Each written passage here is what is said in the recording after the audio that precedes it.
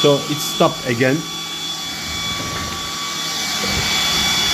When it is 110 bars, I don't know what this means, but it just stopped.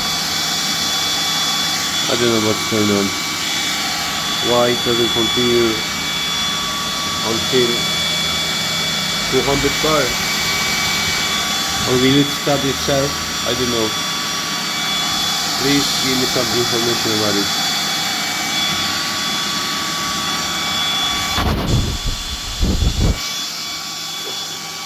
You want to see the label? I will show you the label.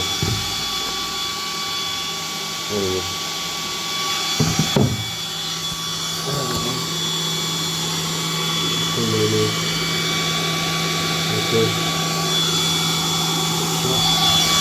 I don't know why it stopped. Everything is correct, but unfortunately it does not work.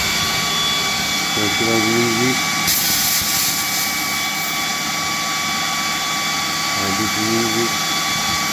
I think something stuck in the filter.